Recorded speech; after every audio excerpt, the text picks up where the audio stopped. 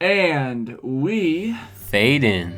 What's up, guys? It's Austin. And your boy, Chandler Holland, a.k.a. Young Chan Cheesy, YouTube extraordinaire. And welcome to Screen. Sing the Screen! Scene the scene, screen the screen. Right here. And welcome to Screen the Scene!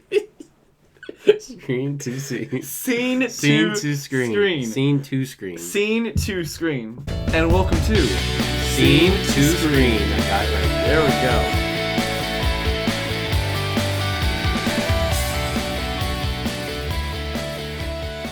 Happy New Year, guys. Today is January 2nd. It is January 2nd. 2nd.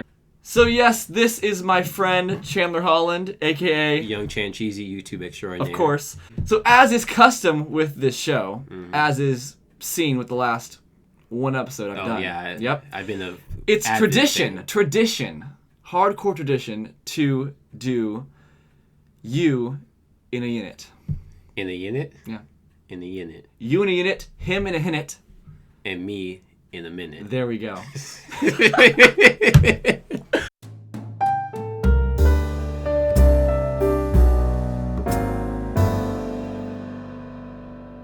All right, so Chandler, I have a couple questions for you. Okay. If you wouldn't mind answering them in under a minute. I wouldn't mind, but We're going to see how many we can do get it. through. Okay, here we go. So, timer on screen. I figured out how to do it last time. I did. That's good. And here we go. Name. Chandler Holland. Favorite movie. Favorite movie? Definitely Mall Cop 2 with Kevin James. That's a cult classic. God, favorite TV show? Favorite TV show? Wow, probably Sonic Boom. Comes on at like 7 o'clock in the morning at Cartoon Network. Oh my God. Special talent. Special talent? None. I have no talent. I don't know why you brought me on the show. I know nothing about film. I shouldn't be here right now. Describe yourself in 3 words. 3 words. My name. That's 2 words. Chandler. My name is Chandler. No, your name's Chandler. My name's Chandler. All right. What do you like to do when you're not making videos? When I'm not making videos, contemplating my life choices. Pretty good answer. Mm-hmm. If you could be one character from a movie or TV show, who would you be and Barry why? B. Benson, because that man's a legend. And why? Because that's because he's a legend. I'd be immortalized as a meme, and that's my ultimate goal in life. You made it. I did make it. Last but not least, anything else you'd like to add? Anything else I'd like to add? Just one thing. Nothing. Got him. You just got pranked. Got him. With that, let's move on. So, with the new year comes a bunch of new movies, but before we get to those later on in the year, we have some discussing to do about the movies that came out this past year. Now, a lot of the places and people online that I have been listening to and reading reviews of have been saying that this year hasn't been that great for movies. Would you feel that same way? I feel that same way too. Here's the thing. Well, there have been some bombs of movies in a Batman bad way. Batman vs. No Superman. name dropping on the show. We're being paid. I'm just kidding. We're not being paid. I feel like, although there have been some bad movies, there have been some really good ones as well. We've both seen a few good movies this year. A few good movies. Emphasis on the few. Enough to make a top 5 list? Yeah, not top 10. Top 5, definitely. Top 5? Okay. Yeah, that's why I got to change it. So with that, we're going to share with you guys our top 5 movies of 2016. 2016, yes. I said it better. Well, I said it correctly. Number 5. So, Chandler, tell us your number 5 pick for 2016. My number 5 pick for 2016 is Fantastic Beasts and Where to Find Them. You know why? Why? Because it is a fantastic movie. Ooh! I've been thinking about that joke ever since I got here, and I finally got to do it. I hope you enjoyed it. And that's going to do it for this episode. See you guys later. So why do you like Fantastic Beasts and Where to Find Them? What stuck out to you? The one thing that stuck out to me is the story was very intriguing, and the visuals, the Fantastic Beasts were fantastic. Yes, exactly. Nice. And I've always liked the Harry Potter series, and it was cool to see like the American Harry Potter because all we got was the British people, whatever. We don't care about them. We care about America. America, represent. And that's what we gotta see, exactly. There we go. And that's what we gotta see. We got to see the American wizards and what they're about, and I really like that. And it's that simple. Yeah, that's Bam. America. So for me, That's it. so for my number 5, I chose a little more serious of a movie, a little more dark. Sully. The story of Captain Sullenberger, who flew the plane into the Hudson River in New York. It was played by Tom Hanks. He was the Mr. Sully. Oh, good old Captain Sully, and then the guy who plays Two-Face in The Dark Knight, whatever his name is the co-pilot. I don't know. What's his name? I don't know. He's a good actor. Yeah, Two-Face. Mm-hmm. But that movie was great. The visuals were really cool with the airplane and everything. You saw the whole thing, and then the acting was really good.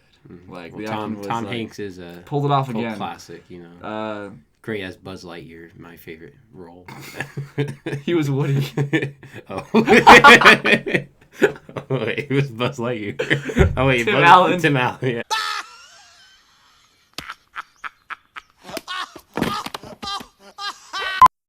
Number 4. So my number 4 pick was the movie Loving. The story about Richard and Mildred Loving, who in 1958 they were in Virginia and they fell in love, and Richard was white and Mildred was black. Oh. And back then it's a no-no in Virginia. Yeah, no. They but like slaves. the whole story was really inspiring. It's about them kind of facing some hardships and then eventually getting the court case up to the Supreme Court and having that passed for them. What case? The case. The case? The case Loving versus Virginia.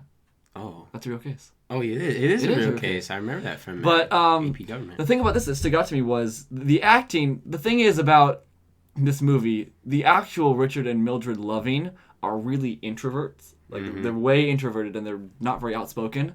And usually when people take that to a movie, the writers and the directors would kind of figure that out as not as appealing on screen. So they would get actors that would make them more outspoken. But what they did in this movie is they stayed pretty true to their characters, and they picked actors who actually were as introverted as they were, introverted, which was really interesting to watch on screen because a lot of times the actors are very outgoing, but it was really weird to kind of have that switch. So that's cool. So Chandler, tell us your number 4 pick.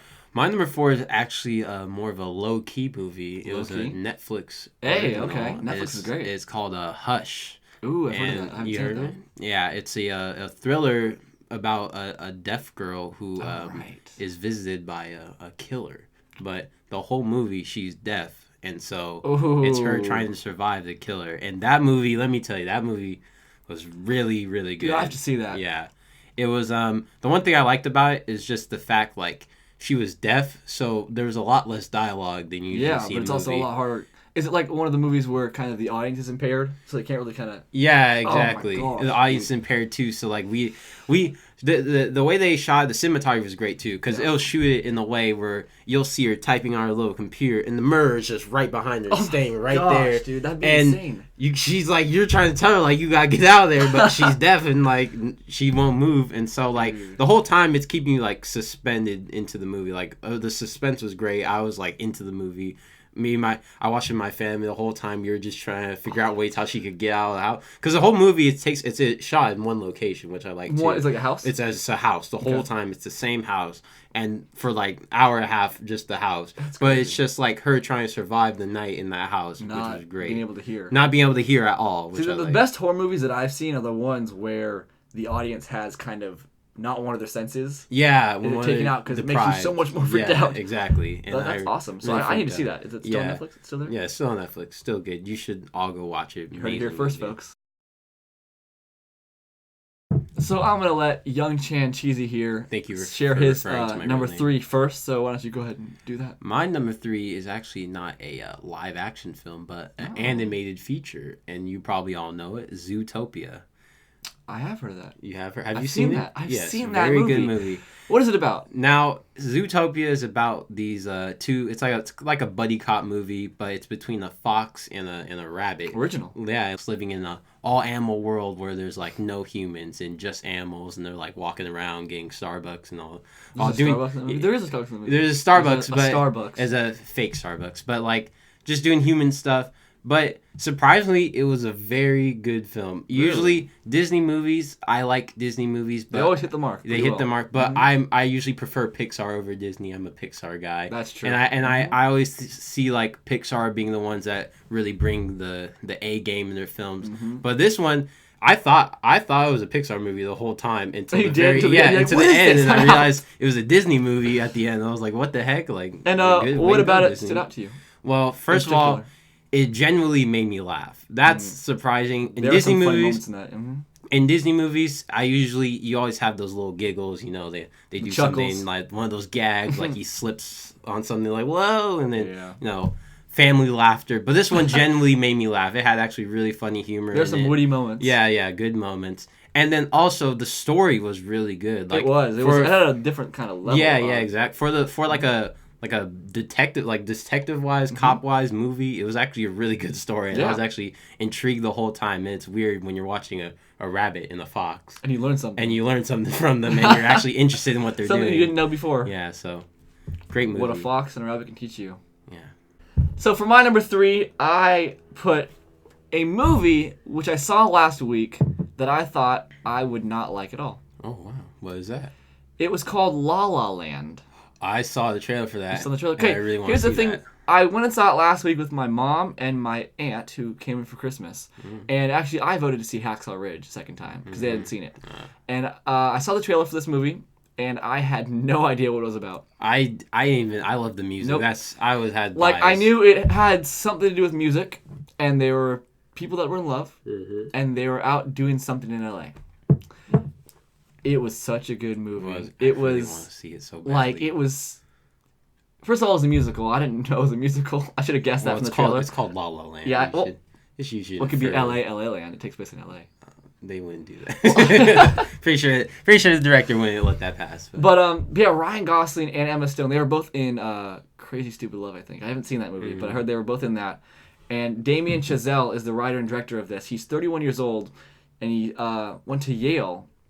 And he's young to be this successful in this. He's been nominated for 7 Golden Globes. Oh. But I looked him up afterwards, and he was the writer-director for Whiplash. Oh, that's another great movie. If you're making a list in when that come out, 2015? 15. If you're making a list in 15, that'd be number Whiplash. 1. I haven't seen it though. Can you believe that? I've seen clips of it.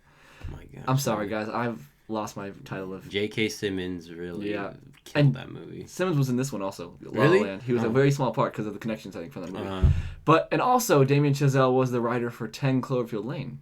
Oh, that new one with. Yeah, this is his 3rd huge movie, and he's only been in there for a couple of years. He's been writing this movie for 12 years. Wow. La La Land, and the acting of Ryan Gosling and Emma Stone, the chemistry is so good. The music and the music numbers and the choreography was so cool. From the trailer, so original. Like there are some scenes that are just like, oh my gosh, you don't expect it at all, and it's really creative. And the story, dude, the last scene, no spoilers. This is not a spoiler cast. The last scene it's one of those times where it's really sad, but yet it's so satisfying. Satisfying. It's sad, but it's like I like that. But not a feel good movie actually. It's not a feel good movie. It's not like a light thing. It's so good. Go see it. I will. I'll see it with you. Okay, let's go now. Yeah. Number 2.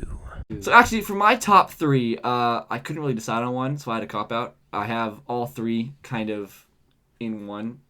Is that okay? Yeah, it's your show. Don't judge me, guys. But so my number 3, 2, and 1, La La Land, and my next 2 are all kind of tied. So with that being said, my number 2 came out. I had to look it up to make sure it came out in 2016, but it did. January 16th of this year. Oh, wow. Of last year. Barely made the cut. The Revenant. Leonardo DiCaprio. That came out in 2016? Yeah, it did. Well, now I'm going to have to change my list. Because I looked it up and it was January 16th.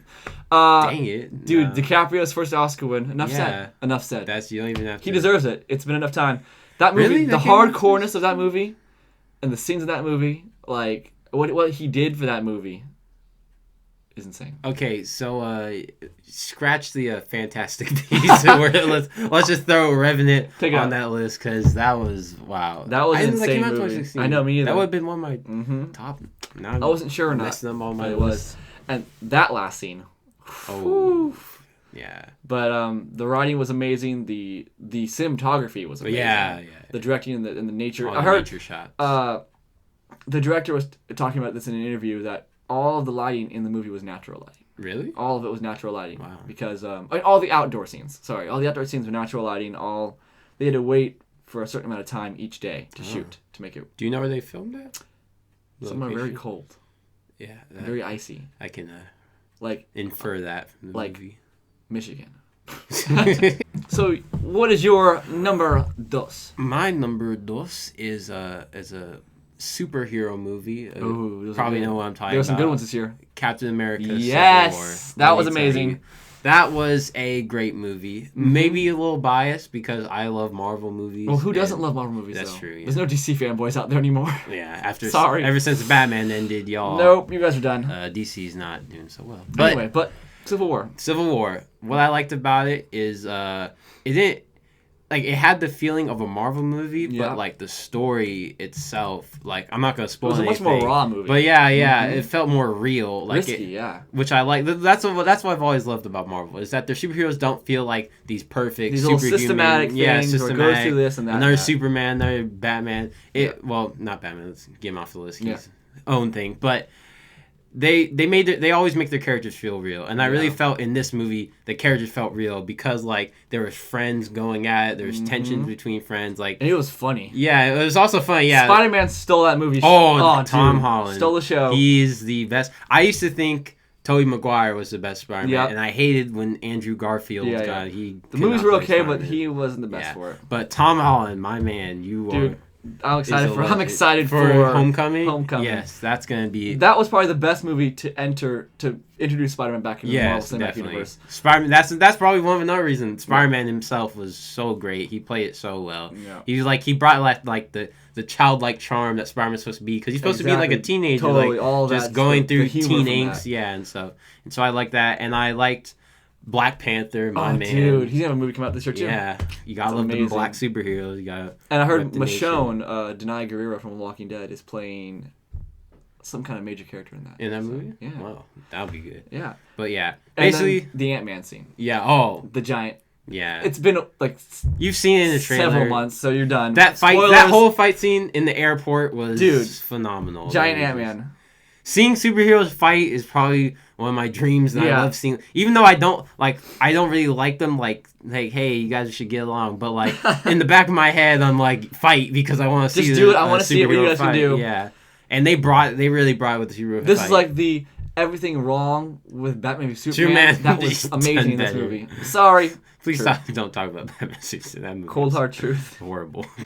And for our grand finale, our number one movie of 2016. So, speaking of Andrew Garfield, wasn't the best in Spider-Man, wasn't awful, but wasn't the best Spider-Man. Hacksaw Ridge. You just mentioned that before. Oh my gosh. Not only the best war movie I've seen, and the most real war movie I've seen. Like, they'll be talking on the battlefield and some guy will get shot. Better than Private Ryan? Different than Private Ryan. Okay. Different than Private Ryan, but very real. The scenes in the war, you felt like anxiety for those scenes because people just drop, and you'd see everything. But I never knew Andrew Garfield had it in him to do this. After seeing him in Spider-Man, and what else was he in? A couple of things before that. Not a whole bunch of things.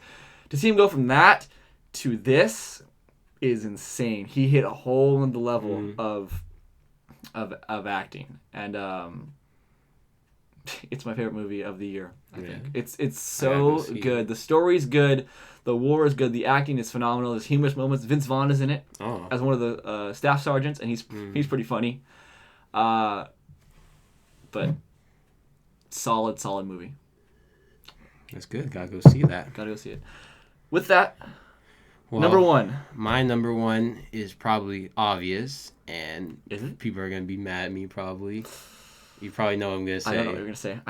Go let me just. No, I got it. Show my shirt. I got it. Let me just show this shirt right here. Episode 8. No, I'm kidding. Star Wars Rogue One. Now let me tell you. Tell us about it. Okay. Well, again, my opinion's gonna be biased because I've been a fan of Star Wars series since I was a baby. It's not biased. Well, not biased, yeah, I guess. But I was raised Star Wars. My whole family loves it. And Rogue One. Oh my gosh. Okay, so That last scene, first though. we gotta get the critique in it, because I know people are always critiquing it because they're like, oh, it's not that amazing. Then let me. Okay, I agree. Set 'em straight. The beginning and the middle, mainly the beginning, I was confused. I didn't know That what show was a little bit of the going beginning on. was kind of all over the It place. was convoluted. Not one solid. They're kind of introducing plot line there. characters after characters after characters. I didn't know who was who. At first, I didn't really care about any of the characters except like the robot. Honestly, The robot was one of my favorite thing, characters. yep. But near the ending, you start caring about every single character, because like the danger they're in, the threat that's there, like you can feel it, and it's like imminent, and like you feel like you're present in that moment, and that's what I loved about it. The middle, that's when it started picking up. That's when they started introducing the two Asian guys. Don't know their names, but Yeah, the Asians. were amazing. They started picking up, and I was like, okay, this movie's pretty good. I still didn't think it was better than Force Awakens. I was like, Force Awakens was hard. yeah, Yep, that's pretty hard to good. beat. And I was like, all right, it's all right. But when we got to the ending, Dude. when we hit those beaches of that planet, That bro, beach, the the Empire entire thing was great. Woo, that war scene was probably one of the best Mm-hmm. fight scenes I've seen in a while. And then when they brought in Darth Vader, wait, is that spoiler? No, it was in the trailer. Was that in It trailer? was in trailer Was that in twice. trailer? You guys asked for it. whatever. When they brought in Darth Vader, Dude. oh my And, gosh. you know, it's the same actor. Yeah, Disney. same actor. The same actor they got. I forget his name, but Good thing he has a mask on. yeah, roasting Darth Vader. But that scene with Darth Vader, that was just amazing. It was amazing for me because I've seen the whole series, and just seeing Darth Vader again like that, they made him look so powerful and terrifying. That's probably one of the, like, you could just show me that scene and I would have still said the movie's number one. Like, honestly. You know, the only reason that it is not on my top 5, I love the movie, but the one thing you were talking about, you did hint on, that you forgave a little bit more than I did, was the character development. In the beginning. In the beginning, you forgave at the end. You said, okay, by the end you really cared about it. And I did agree that by the end you cared about them a little bit more. Mm-hmm. But for me, it wasn't quite enough to make me care enough, I felt. To get the robot one. Was my favorite character. The robot was my favorite character too. He was awesome. But the other ones say. felt a little bit... I can only name Jin and Cassian. I can't name any of them. But it's not that I don't care about them. Exactly. It's just, but just like... I can't name any of them. The only reason it wasn't on my top 5 list was because of that reason. But you had some forgiveness in your heart. Well, I had forgiveness in my heart. Probably biased Star Wars fan. Yeah. I had that. I came in thinking it was going to be great, and it was. It was a great movie. Broke my expectation. Your reason is valid because that's what most people don't always think, like, hey, this is the best movie ever. Yeah. But, like, I just thought the ending just made up for everything. It was a great ending. And after I saw that ending, it makes you want to watch the whole Star Wars series again. It does. After I watch it, because like, the way it flows straight to Episode 4. It's a seamless transition. Prequel. Like I wish they would just start playing the whole series on the movie screen. It literally goes right into the New Hope, and which is amazing, phenomenal, and a movie that's able to do that to make you want to watch the whole Star Wars series is a very good movie. Yep. So that's my number 1. So there you guys have it. Those were our favorites that we have seen. Those were our top picks. Let us know in the comments. What are your top picks? What are your top picks? Do you agree with ours? Do you have any differences? You probably do. Do you have any movies that you think have been overlooked this year? Let us know, and we'll make sure to check them out. With that, it's been Austin. And Chandler, a.k.a. Young Chan Cheesy, at YouTube. Please subscribe. Yes, make sure you go check out Chandler's Young Chan Cheesy account. Link is in the description. No, put a link right here. Link right here. Right here. You better figure out how to do it. Right here. No, right here. Right there. Right. To subscribe, click right here. On my face. Yeah. Click my nose. To comment, scroll down on your screen. Have a great day. This has been Scene to Screen. Screen. This has been Screen to Scene. This has been Scene to Screen Scene. This has been Scene to Screen. Thank you for watching. And the script said, Fade out.